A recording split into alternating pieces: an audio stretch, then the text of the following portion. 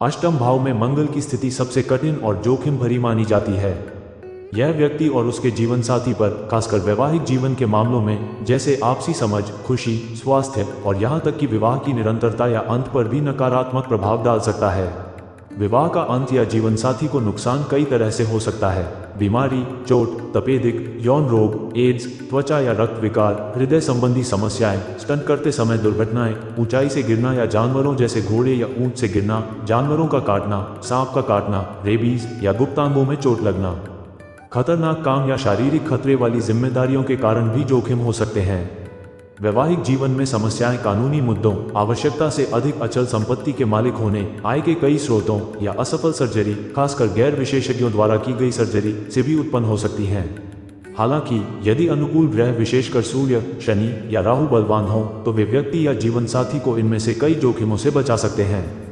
चूंकि यह स्थिति बहुत संवेदनशील होती है, इसलिए पूरी कुंडली का बहुत सावधानीपूर्वक और गहन अध्ययन करने की आवश्यकता होती है।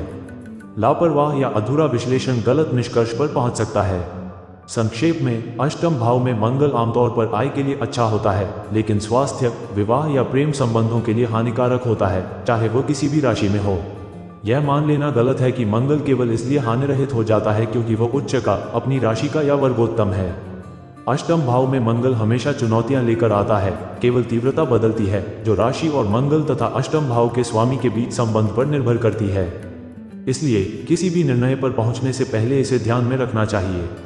ये सलाह दी जाती है कि अष्टम भाव में मंगल वाले व्यक्ति को ऐसे व्यक्ति से विवाह करना चाहिए जिसका मंगल सप्तम या अष्टम भाव में भी हो। इसके अलावा कुछ भी ठीक नहीं हो सकता है। कुछ ज्योतिषी पूजा या यंत्र जैसे उपाय सुझाते हैं जब एक साथी मांगलिक हो और दूसरा नहीं, लेकिन व्यवहारिक अनुभव बताता है कि ये उपाय केवल नकारात्मक प्रभावों को थोड़ा कम करते हैं या थोड़ा कम करते हैं, वे उन्हें पूरी तरह से समाप्त नहीं करते हैं। उच्च गुण मिलान 36 अंकों में से भी प्रभाव को रद्द नहीं करता। एक और आम समस्या यह है कि माता पिता कभी कभी अपने बच्चे के जन्म विवरण को छिपाते हैं या उसमें हेरफेर करते हैं ताकि 7वें या 8वें भाव में मंगल की उपस्थिति को छिपाया जा सके। वे जन्म समय याद न होने का दावा कर सकते हैं या जानबूझकर गलत जानकारी दे सकते हैं। वे गलती से यह मान लेते हैं कि केवल गैर मांगलिक साथी ही कष्ट भोगेगा, लेकिन वास्तव में मंगल किसी एक साथी को या दोनों को नुकसान पहुंचा सकता है। उदाहरण के लिए, एक मामले में लड़की के 8वें भाव में मंगल था जबकि लड़के के 8वें भाव में नहीं। दोनों की एक सड़क दुर्घटना में मृत्यु हो गई। बाद में पता चला कि लड़की के माता पिता ने उसके जन्म समय में लगभग 2 घंटे का बदलाव किया था, जिससे उसका लग्न और पूरी जन्म कुंडली बदल गई।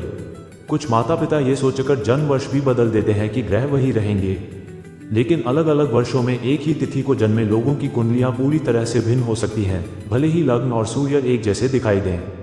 एक जानकार ज्योतिषी इस तरह की हेराफेरी का पता लगा सकता है।